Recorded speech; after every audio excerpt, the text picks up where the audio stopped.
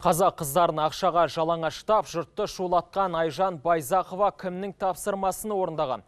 Алматыдағы түнгі клубта қара көздеріміздің тәнін жалаңаштап, есесіне 50 мың теңгені қолдарына ұстатқан желі жұлдызы 3 күнге бас бостандығынан айырылды.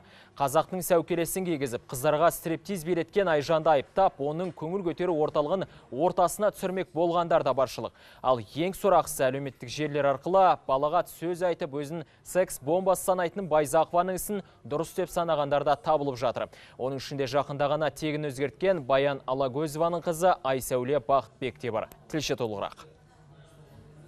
Айжан Байзақованың желі жұлдызына айналғаны қашан? Инстаграм парақшасына адам жинап, лайк толтыру үшін тіпті тырдай жалаңаш тәнінде көрсетті. Танылудың бірден-бір жолы осы деді ме? Әйтеуір темекі тартып, ішімдік ішкен видеоларын жүктеуден де тайынбады. Белгілі актер Азамат Сатыбалдының «Бір сен үшін» фильмінде басты рөлдерінің бірін сомдап актриса атанды. Алайда кинодағы рөлі де оңбапты. Я дам тебе деньги.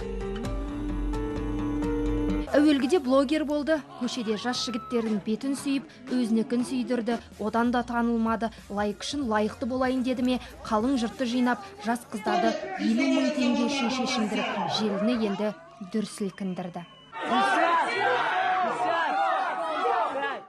Ал тәнімен елде тәнтетпек болған қыздардың ұятсыз қылығы дәл осы түнгі клубта болған. Микрофонды құшақтап 50 мың теңгеге қызықтырып, қыздарды шешіндіргенде Байзақованың өзі. Ол ма аузынан ақ ит кіріп, қарай шыққан Айжанның қылығына жұрт қол шапалақтап, қолпаштай жөнеліпті. Өзінің желідегі тыржалаңаш суреттер аздай енді өзгені де өзімен ертіпті.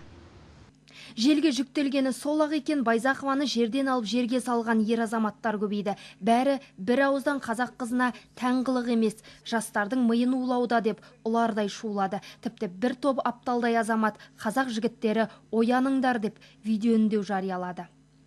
Өзіміздің ұлттық киіміміз сәукелемен киіп алып стриптиз билеп жатыр. Бұл не масқара, бұл не сұмдық? Мынау жалпы қазақ елі, алаш елі, жүрегінде намысы бар жігіттерге біз видео жолдаймыз. Мынау дін жолында жүрген, өнер саласында жүрген, спорт саласында жүрген бір топ азаматтар мен азаматшалар, бізді қолдауларыңызды сұраймыз. Байзақованың масқара қылығын Алматы соты да әдепсіз деп таныды. Оған әкімшілік хаттама толтырып 3 тәулікке темір торға қамады. Бірақ бұл да желі қолданушыларына ұнай қоймады. Айжан ешбір қызды мәжбүрлемеді деп шулауда. Оның ішінде жақында ғана тегін өзгерткен Баян Алагөзованың қызы Айсәуле Бақытбек те бар. Меніңше өтірік күліп, 200 болғанша арақ ішіп, темекі тартып, балағат сөздер айтып жүрген артық. Адамдардың шынайы болмысын қабылдауымыз керек. Кейбіреудің қызына $150 үшін шешіну түкте емес екен.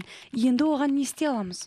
Ал көптің ашуын тудырған Байзақованы жақтаушылардың дені 12-ден бір гүл ашылмаған өрімдей қыздар. Я думаю, это неправильно.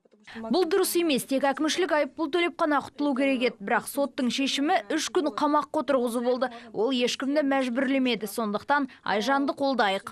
Іс насырға шауып, тек Байзақова ғана емес, түнгі клубқа да ашулы жұрттар көбейген соң ба, мекеме басшылығы дүйім жұрттан кешірім сұрады бүгін. Тіпті ақша үшін шешінгендерді қызметтен қуып тыныпты.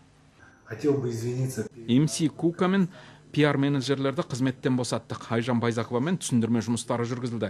Ендігәрі мұндай оқиға қайталанбайды, және басқа да ойын-сауық орталықтары осындай бассыздыққа жол бермей, біздің қателігіміз оларға сабақ болады деп сенемін. Тағы да Қазақстан халқының алдында кешірім сұраймын. Біз тұрғындардың намысына тиеміз деп ойлаған жоқпыз. Алмалы аудандық соты тек Байзақованы жазалаған жоқ. Осы лоунж-барды да әкімшілік айыппұл төлеуге міндеттепті. Ал Айжан өз парақшасынан ұятсыз видеоны алып тастағанымен көгала қойдай таяқ жеген суретін жариялады. Оны белгісіз біреулер түн ортасында сабап кеткен сыңайлы. Гүлназ Емирханқызы, Мади Оразалиев, басты жаңалықтар, Алматыдан.